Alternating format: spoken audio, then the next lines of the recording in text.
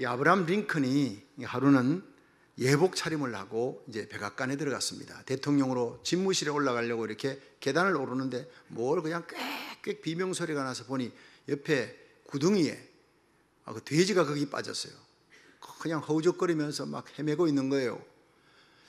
그런데 예복을 입었는데 뭐 건지다가는 온 흙탕물이 되고 할 거니까 그냥 지나갔습니다. 누가 건져주겠지 하고. 그런데 집무실에 들어가서 늘 하던 대로 책상 위에 두 손을 얹고 기도합니다. 여러분, 아브라함 링컨은 늘 기도하는 사람이에요. 기도를 하는데 그 돼지가 그 구덩이에 빠져가지고 막 비명 지르는 그게 자꾸 떠오르는 거예요.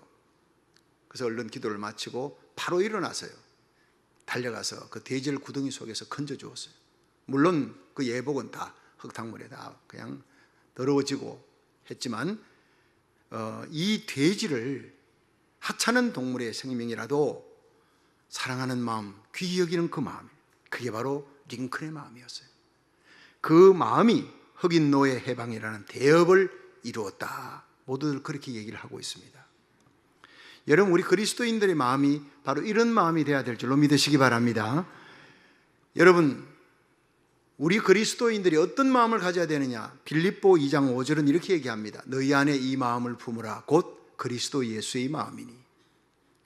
그는 근본 하나님의 본체시나 하나님과 동등됨을 여길 것을 취하지 아니하시고 자기를 비어 종의 형체를 가지시고 사람의 모양으로 나타나셨고 십자가에 달려 죽기까지 복종하셨으니, 이름으로 하나님이 예수 그리스도의 이름을 가장 귀한 이름으로 세우시고 높이시고 그 이름 앞에 모든 무릎을 꿇게 하셨다고 고백하고 있습니다. 할렐루야. 여러분, 그리스도인은 이 예수님의 마음을 품어야 되는 거예요. 십자가 지는 마음, 십자가로 행하는 마음이에요. 내가 희생하고 너를 살리는 마음이에요.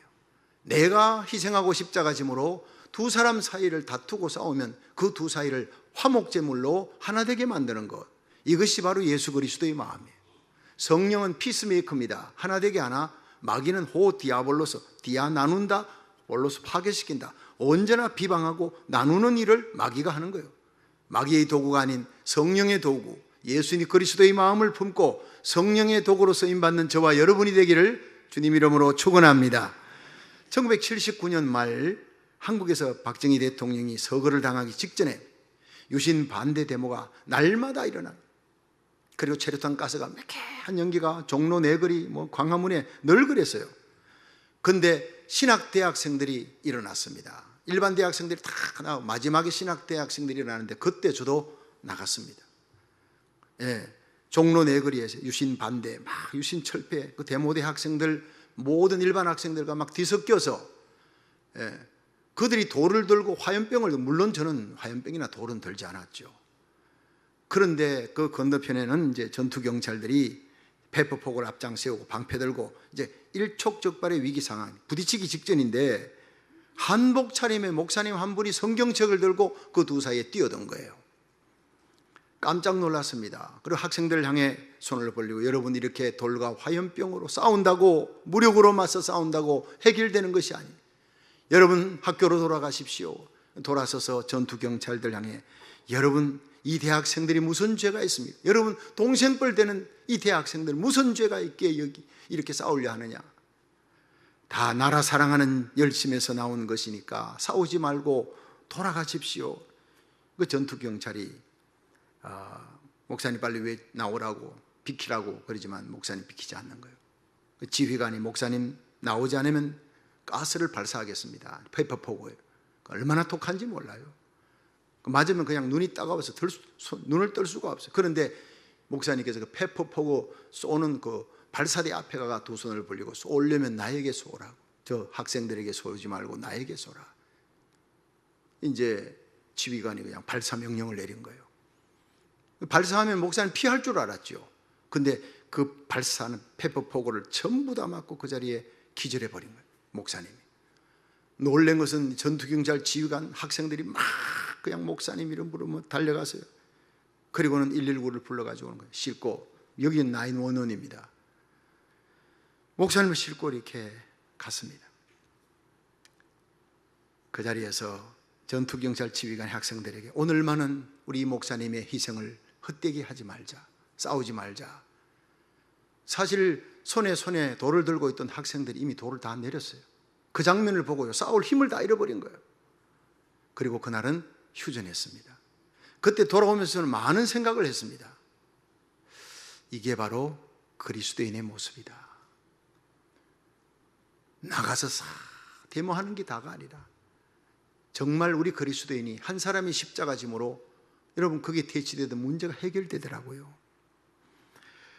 그 목사님의 중재로 싸움이 끝났습니다. 두고두고 그 목사님의 이야기가 수많은 신학생들 사이에 화제가 되었습니다. 그분이 바로 피스메이커였습니다. 그리스도인의 삶은 이래야 된다는 걸 보여준 것입니다. 내가 고통당하고 눈물 흘리는 희생과 수고가 있어야 화목이 이루어지는 것입니다. 믿으시면 아멘 하십시오. 이게 십자가의 길을 가는 그리스도인의 모습이에요. 가정에서 직장, 삶의 자리, 교회, 구역 모두에서 이런 피스메이커가 되기를 주의 이름으로 축원합니다. No cross, no crown. 십자가 없이는 면류관도 없고 No pain, no gain. 내가 희생하는 내 고통이 없이는 결코 얻어지는 것이 없다는 것입니다. 십자가 없는 화평이 없다는 것입니다. 화평이란 히브리어로는 샬롬, 헬라어로는 에이레네, 영어로는 peace. 그러니까 화평, 평화, 화목, 평안, 평강 다 똑같은 얘기입니다.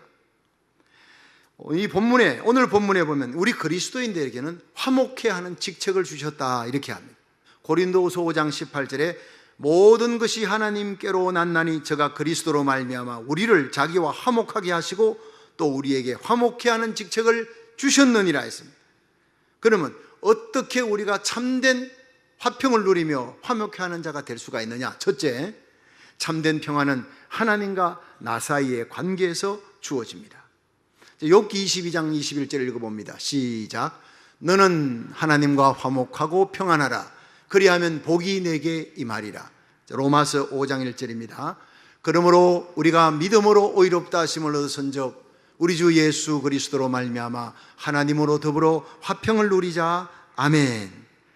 여러분 로마서 14장 17절에는 하나님의 나라는 먹고 마시는 것이 아니라 성령 안에서 의와 평강과 희락이니라 그랬어요. 하나님 나라는 성령께서 통치하는 나라인데 예수님이 나의 구주로 오시면 성령께서 우리 심령 속에 평강의 영으로 와셔서 평강을 주신다. 에이레네, 화평을 주신다는 거예요. 우리 기독교인에게 제일 중요한 것은 하나님이 주신 이 평화를 뺏기지 않는 겁니다. 그 전쟁입니다. 그게 로마서 5장 10절에 바울은 우리가 하나님과 원수되었을 때 그리스도께서 우리를 위해 죽으셨다. 그 아들의 죽으심으로 말미암아 하나님으로 더불어 화목해 되었느니라. 할렐루야. 에베소 2장 14절에 예수는 우리의 화평이신지라 그래서요. 한번 따라합니다. 예수는 우리의 화평이십니다.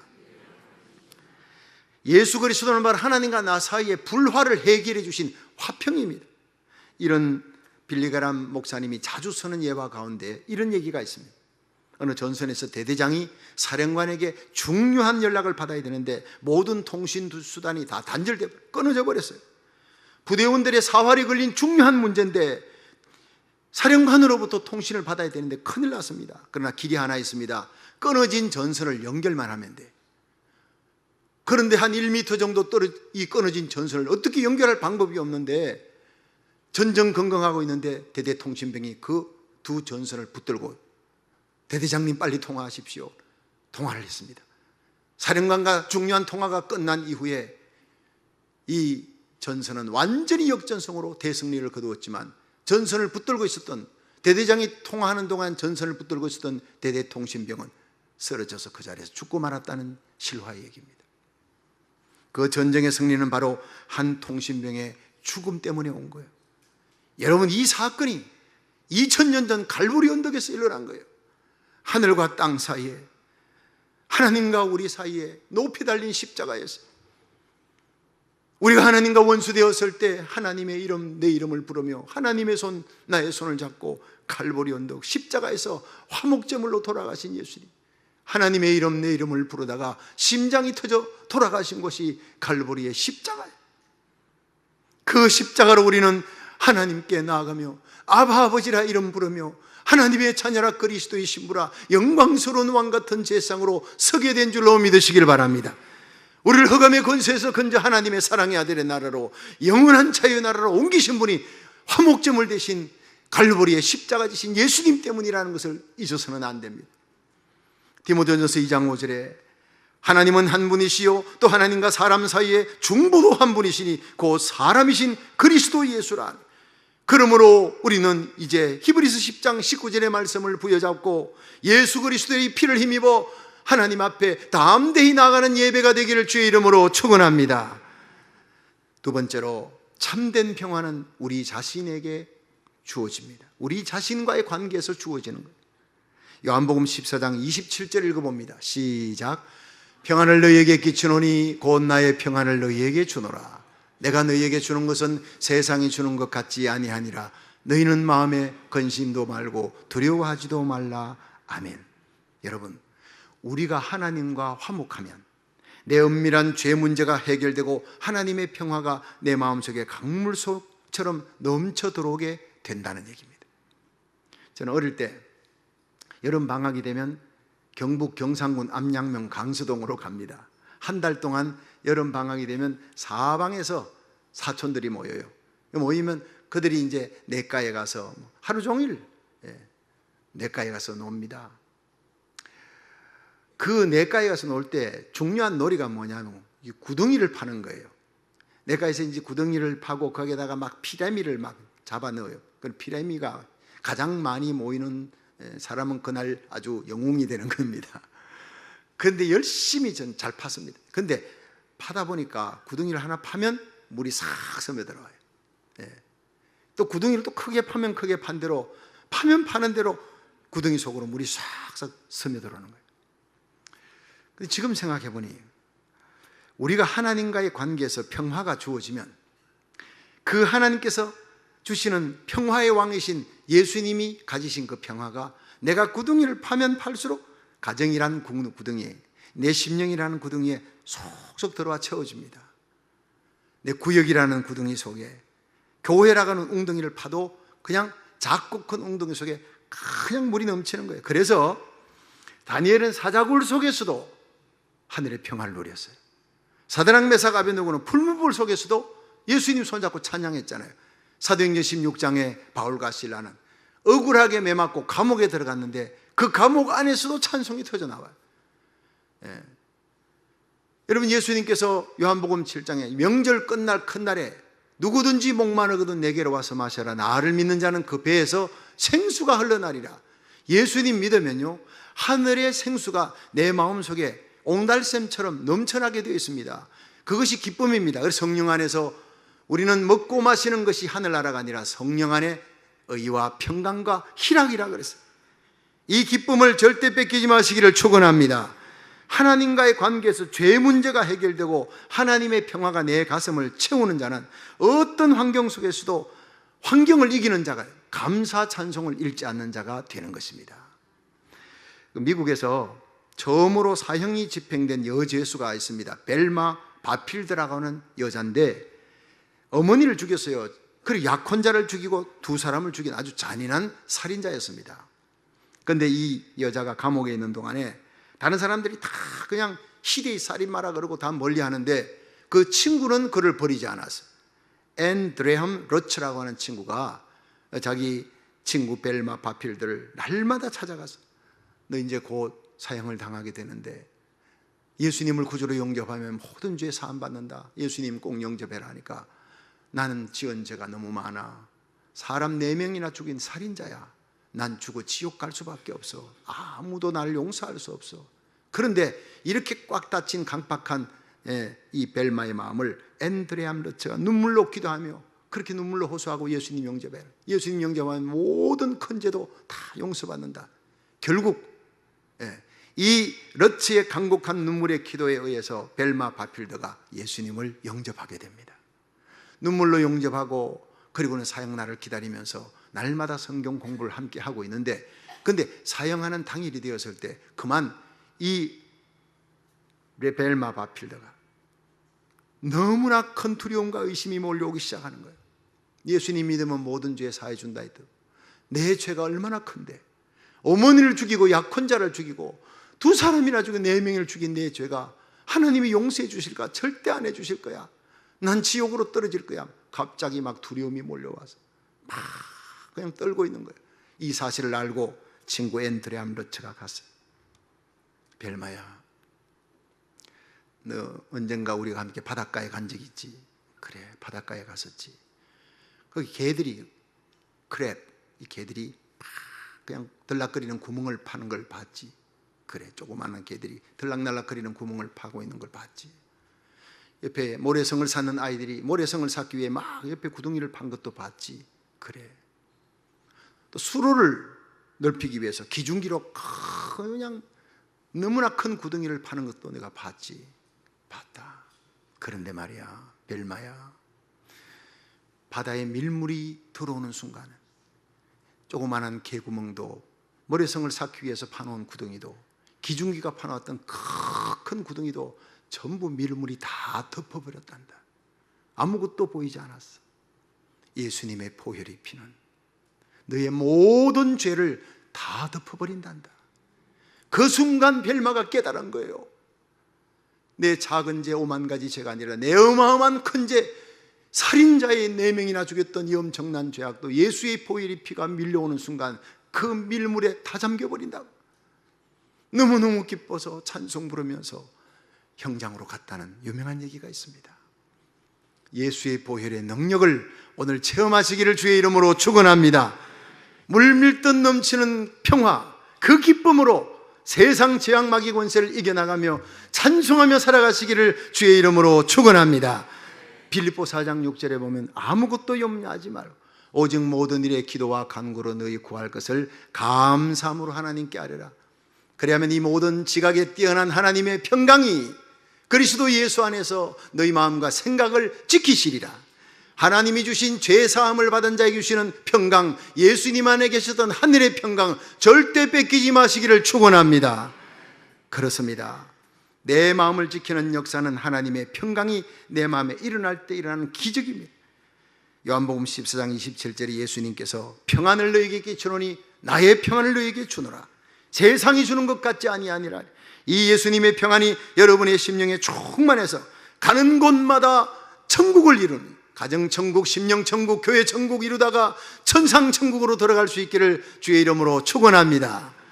오라 우리가 변론하자. 너희 죄가 주홍같이 붉어도 흰눈같이 되리라. 먹가같이 검어도 양털같이 되리라.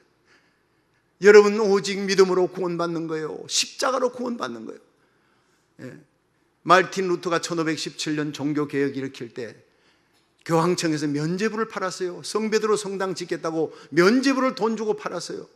이 돈을 받으면, 이 면죄부를 사면 죄가 사해진다. 말틴 루터가 불같이 일어났습니다. 아니요, 아니요, 그것은 성경에서 건난 것입니다. 우리의 죄는 어떤 착한 행위로, 선한 행위로도 면죄부로도 살 수 없습니다. 우리의 죄를 씻을 수 있는 것은 십자가 보혈밖에 없습니다. 비텐버그 캐슬 철치, 그 성문교회 95개 조항의 반박문을 내걸고 반박문의 첫 번째가 우리의 죄를 해결할 수 있는 것은 십자가밖에 없다. 면죄부는 잘못된 것이다. 프로테스탄트 대항에서 일어난 거예요. 말씀으로 돌아가자는 거예요. 그 위에 바로 십자가 조각이 있습니다. 말틴 루터의 종교개혁은 십자가로 돌아가자는 것입니다. 그래서 4가지 슬로건입니다. 따라합시다. 오직 말씀, 오직 은혜, 오직 믿음, 오직 하나님께 영광. 오직 말씀 솔라 스크립투라, 오직 믿음 솔라 피데, 오직 은혜 솔라 그라티아, 오직 하나님께 영광 솔리 글로리아디오. 이 4가지 슬로건이에요. 자, 한번 따라합니다. 오직 말씀, 오직 믿음, 오직 은혜, 오직 하나님께 영광. 모든 교회는 종교개혁의 정신으로 예배 때마다 돌아가야 될 줄로 믿으시기 바랍니다. 너희가 그 은혜를 인하여 믿음으로 말미암아 구원을 얻었나니 이것이 너희에게서 난 것이 아니요 하나님의 선물이라. 행위에서 난 것이 아니니 이는 누구든지 자랑치 못하게 하라며. 우리는 천국 가서도 이 땅에 300교회를 짓고 300선교사 파송하고 어마어마한 일에도 우리 주님 앞에서는 나는 무익한 종이라 고백할 수 없는 밖에 없어요. 내 모든 선한 행위가 천국의 문을 열 수 있는 데는 머리털럭 하나밖에도 못 되는, 그런 공로도 안 되는 것이라는 것을 알아야 합니다. 오직 예수의 피밖에 없는 줄로 믿으시기 바랍니다. 내 크고 모든 작은 죄를 예수의 보혈의 피가 맹물같이 들어오는 그 예배 시간에 잠기는, 요단강에 잠길 때 문둥병, 나만의 문둥병이 깨끗함을 받았어요. 어떤 죄도 치유하시는 능력의 역사가 이 은혜의 보좌 앞에 나갈 때 일어날 줄로 믿으시기 바랍니다. 마지막 세 번째, 화평케 하는 자는 다른 사람을 하나님께로 인도할 수밖에 없어요. 내가 내 죄 사함 받고 하나님과 화평케 되고 이 화평으로 내 가슴 속에 말할 수 없는 기쁨으로 살아가는 사람은, 예수 믿지 않는 사람 보면요 불쌍해요. 아무리 돈 많이 가지고 높은 자리에 올라도 죽으면 지옥 간다는 걸 몰라. 죄값인 지옥으로, 이 세상에 어떤 선행을 했던 자수성가라도 죽으면 지옥 간다는 걸 몰라요. 예수 피의 공로 없이 하늘의 평화를 누리지 못하고 돈으로 말미암은 기쁨, 세상 명예로 말미암은 기쁨 누리고 있는 불쌍한 그들 바라보면서 영원한 하늘의 평화와 기쁨 누리는 우리들이 참 평화를 그들에게 전해주고 싶어, 그 불쌍한 영혼을 천국으로 인도하기 위해 예수님께로 인도하고 싶어 견딜 수 없는 마음을 가지는 것이 당연한 일인 줄로 믿으시기 바랍니다. 그래서 사도 바울은 나의 달려갈 길과 주 예수께 받은 사명, 곧 하나님의 은혜의 복음을 전가하는 일을 마치려 하면 내 생명을 조금도 아까운 것으로 여기지 않겠노라. 자기 가슴에 있던 이 하나님의 평화, 죄사함의 기쁨이 자기 동족에게도 전해지기를 원하는데 동족들이 안 믿잖아요. 결국 이방인의 사도가 되어 이방인들로 하여금 유대인을 시기케 만들어요. 그렇게 해서라도 자기 동족을 구원하고자 하는 마음이 로마서 9장부터 11장에 나오는 바울의 전도자의 마음이었어요. 여러분의 심령이 한성에 내 가슴에 불이 붙은 예수 사랑, 영원한 생명 하늘의 평화를 다른 사람에게 전가하며 누구에게든지 피스메이커로 살아갈 수 있는 그들의 영혼을 주님께로 인도하는 그리스도의 전도자가 되기를 주의 이름으로 축원합니다. 한 가지 얘기만 하고 마치겠습니다. 지금은 고인이 되셨지만 서울 한신교회 이중표 목사님, 되고 있을 때 부흥회를 봤습니다. 그런데 이분의 책 나는 매일 죽노라에도 있지만은 그분이 부흥회 할 때 이런 감동적인 얘기를 했습니다. 그분이 젊은 시절 전도사 때 조그마한 시골 교회를 담임했습니다. 그래서 이제 목사 안수를 받고 이제 목회를 열심히 하는데 한 자매가 교회를 나왔어요. 새벽기도도 나오고 얼마나 봉사를 열심히 하는지 모릅니다. 근데 한 번씩 보면 눈탱이가 시퍼렇게 해가지고 오는 거예요. 남편에게 두드려 맞은 거예요. 남편이 십자가 까십니다. 그 남편이 우편 집배원인데, 우편 배달원인데 평상시는 괜찮아요. 새님같이 차가워. 근데 술만 들어갔다 하면 이거 완전히 사람이 해가 딱 달라지는 거예요. 주로 자기 부인을 두들겨 패요. 이틀이 멀다 하고 술을 먹고 들어와서는 무조건 아내를 두들겨, 아마 알코올 중독이 빠진 것 같아요. 그래서 이중표 목사님이 한 번은 그 남자를 찾아가서 왜 아내를 패느냐고, 착한 아내를 그렇게 패느냐고 핀잔을 주니까, 당신이 뭔데 목사면 목사지, 성경이나 가르치지, 남의 집에 와가지고 내 아내 내가 때리는데 뭔 간섭이냐, 아주 망신만 당하고 돌아갔어요. 속이 상해지면 어쩔 수 없습니다. 자기 부인 자기가 팬다는데. 미국 같으면 난리 나죠. 팼다가는 바로 그냥 911 하면 그냥 바로 남편 수갑 채워가잖아요. 애들도 함부로 건드리지 못하는 게 미국인데, 한국에는요 맞아도 참고 사는 거예요. 요새는 안 그렇겠지만 당시 그 이중표 목사님 그럴 때는요 그렇게 많이 때렸대요. 근데 어느 날 그 집 아들이 목사님께 헐레벌떡 달려가지고, 목사님 큰일 났어요, 우리 엄마 죽었어요, 엄마 죽었어요. 목사님 정신이 막 다 나가버렸어요. 놀라서 달려가 보니 그 자매가 마당에 기절해가지고 피를 흘리며 쓰러져 있는 거예요. 남편이 술을 먹고 들어와서 나무 벽에 목침 있지요, 그걸 가지고 막 부인의 머리를 때려가지고 마당에 쓰러졌습니다. 기절시킨 거예요. 이중표 목사님 즉시 그 부인을 등에 업고 병원으로 뛰어갔습니다. 다행히 생명은 건졌어요. 그때부터 이 목사님은요 막 그냥 속이 너무 상해. 자기가 맞는 한이 있더라도 이 남자를 변화시켜야 돼, 예수를 믿게 해야 되겠다, 전도해야 되겠다 결심했습니다. 어느 날 수요일 저녁에 남편을 찾아갔는데 저녁을 먹고 있더래요. 선생님, 오늘 저녁에 저녁 먹고 나랑 같이 교회 갑시다. 이 목사님이 전에 자기가 두드려 팬 부인을 덜쳐업고 막 병원에 뛰어간 것에 대한 죄책감이 있고 빚이 있잖아요, 남편이. 그래서 알겠습니다 목사님, 그때는 제가 너무 죄송합니다. 술만 안 먹으면 이렇게 샌님이에요. 그래가지고 이제 교회 데리고 갔습니다. 근데 목사님이 교회당 딱 앉혀놔놓고 그 옆에 태권도 유단자 둘이를 붙여놨대요. 도망 못 가게. 설교 듣다가 수 틀리면 일어나 나가버리면 또 곤란하니까. 그리고는 목사님이 그 자리에서 막 직설적인 설교를 했답니다. 눈물겨운 설교예요. 한 번밖에 없는 인생, 하나님이 짝지어준 그 귀한 가정, 사랑하는 아내를 어떻게 술을 먹고 그렇게 기절하도록 때리느냐, 그런 짓 하다가 세상 떠나 하나님 앞에 서면 어떤 심판을 받으려고 그러냐. 목사님이 막 울면서 설교를 하니까 그만 설교를 마치고 난 다음에 보니 그 남자가 울고 있는 거예요. 성령의 감동이 일어난 거예요. 예배를 마치고 나오니까 목사님 손을 잡고, 목사님 잘못했습니다. 내가 회개합니다.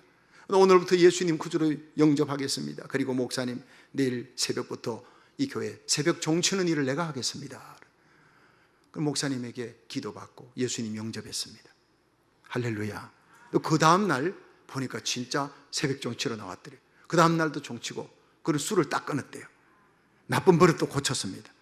근데 우편 배달부이기 때문에 집집마다 다니면서 막 이렇게 배달하는데 편지 왔어요 하고는 그 다음에 여기 천국에서 온 편지도 있습니다 하고 전도지까지 이렇게 넣어가지고 완전히 변화된 거예요. 어느 날 이준교 목사님을 찾아와서 그럽니다. 목사님, 우리 집 사람이 어쩌면 그렇게 천사처럼 아름다운지 몰라요. 그러니까 이 목사님이 속으로 이제야 알았나. 마귀에게 끌려다닐 때는 그렇게 밉고 때려 죽이고 싶던 그 아내가 천사처럼 그렇게 아름답대 마귀가 떠나고 성령이 사로잡은 거죠. 그런데 그 후에 그분이 신학을 공부해서 지금은 서울 삼양동에서 아주 목회를 잘하는 목사님이 되었다는 것입니다. 그렇습니다, 여러분. 예수님 제대로 만나면, 하나님 제대로 만나면 반드시 거듭나게 될 줄 믿으시기 바랍니다. 변화의 역사가 심령의 가정에 일어날 줄로 믿으시기 바랍니다. 이 가정에 한 자매의 화목제물로 가정에 평화가 온 겁니다. 성도 여러분, 오늘 우리들도 하나님과 사람 사이에 화목제물이 되고 예수님처럼 십자가 지는 피스메이커가 되어 우리의 삶의 현장에 하나님의 자녀의 역할, 화목케 하는 직책을 잘 감당하다가 우리 주님 앞에 설 수 있기를 주의 이름으로 축원합니다.